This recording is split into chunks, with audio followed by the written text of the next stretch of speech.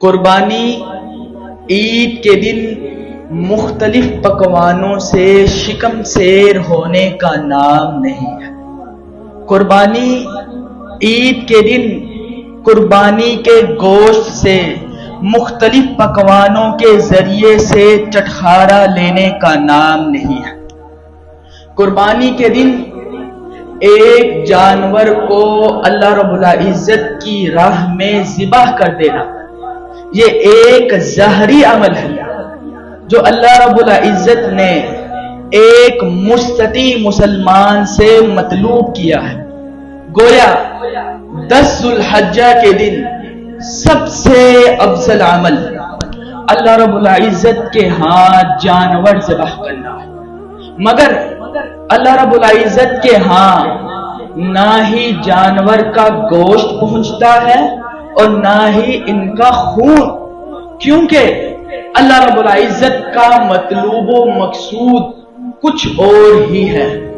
قربانی کے مقاصد اور حکمتوں میں سے ایک مقصد، ایک حکمت یہ ہے کہ اللہ رب العزت کا ہمیں تقوی کی تعلیم دینا ہے، ہمارے اندر اخلاص کی صفت کو پیدا کرنا ہے، ہمیں متقی اور مخلص شخص بنانا ہے، جیسا کہ اللہ رب العزت ارشاد فرماتے ہیں لَن يَنَالَ اللَّهُ لُحُومُهَا وَلَا دِمَاؤُهَا وَلَكِنْ يَنَالُهُ التَّقْوَىٰ مِنكُمْ۔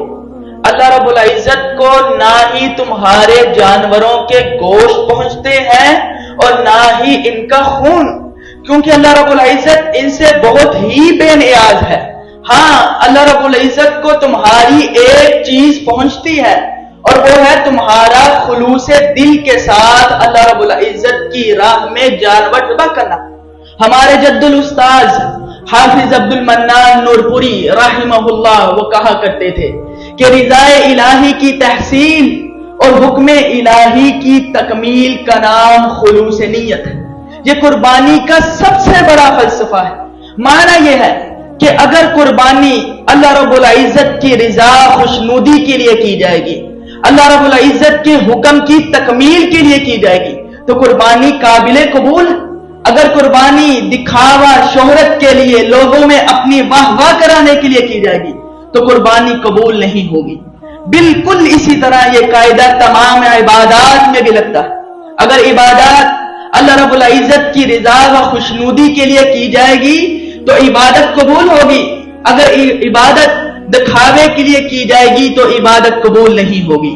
آخری بات، اللہ رب العزت سورہ کوثر میں اپنے نبی محمد رسول اللہ صلی اللہ علیہ وسلم کے ذریعے سے ہمیں مخاطب فرماتے ہیں۔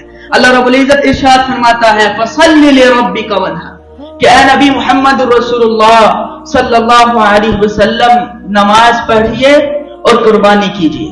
تو اس آیت سے معلوم ہوتا ہے کہ اگر کوئی آدمی قربانی کرنے جا رہا ہے تو اسے چاہیے کہ پہلے وہ نماز کا پابند بن جائے، نماز کا اہتمام کرے، پھر قربانی کرے۔ کائنات کے امام محمد رسول اللہ صلی اللہ علیہ وسلم نے ارشاد فرمایا الصلاۃ ثلاثۃ اثلاث، کہ نماز 3 تہوں پر مشتمل ہے۔ الطہور ثلث، طہارت 1/3 ہے، والرکوع ثلث، رکوع 1/3 ہے، والسجود ثلث، سجدہ 1/3 ہے۔